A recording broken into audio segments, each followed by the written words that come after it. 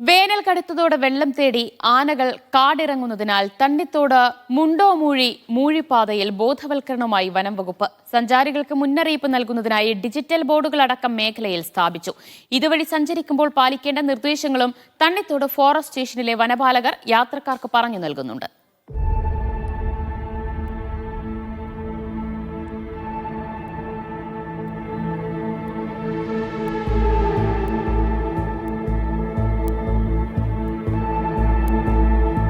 വേനൽ കടുത്തതോടെ വെള്ളത്തിനായി ആനകൾ കൂട്ടത്തോടെ കല്ലാറിലേക്ക് എത്തുന്നു.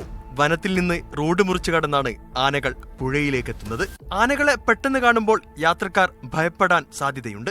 ഭയപ്പെടുന്ന യാത്രക്കാർ തുടരെ ഹോണടിക്കുന്നതോ ബഹളം വെക്കുന്നതോ ആനകളെ പരിഭ്രാന്തരാക്കാം. ഇത്തരം സാഹചര്യങ്ങൾ ഒഴിവാക്കാൻ അടവി വിനോദസഞ്ചാര കേന്ദ്രം ഉൾപ്പെടുന്ന മേഖലയിൽ യാത്രക്കാർക്ക് ജാഗ്രതാ നിർദ്ദേശം നൽകുകയാണ് വനം വകുപ്പ്.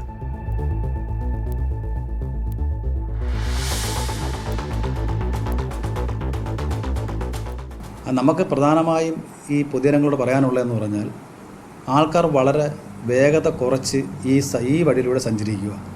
ആന ക്രോസ് ചെയ്യുന്ന സ്ഥലമാണ്, വളരെ വേഗത കുറച്ച് സഞ്ചരിക്കുക. കൂടാതെ ഈ ആറ്റിലേക്ക് ഇറങ്ങി ഫോട്ടോ എടുക്കുവാനും വീഡിയോഗ്രാഫി പിടിക്കാനും ഒന്നും ആരും ശ്രമിക്കരുത്. അതൊക്കെ അപകടം ക്ഷണിച്ചു വരുത്തുന്നതാണ്.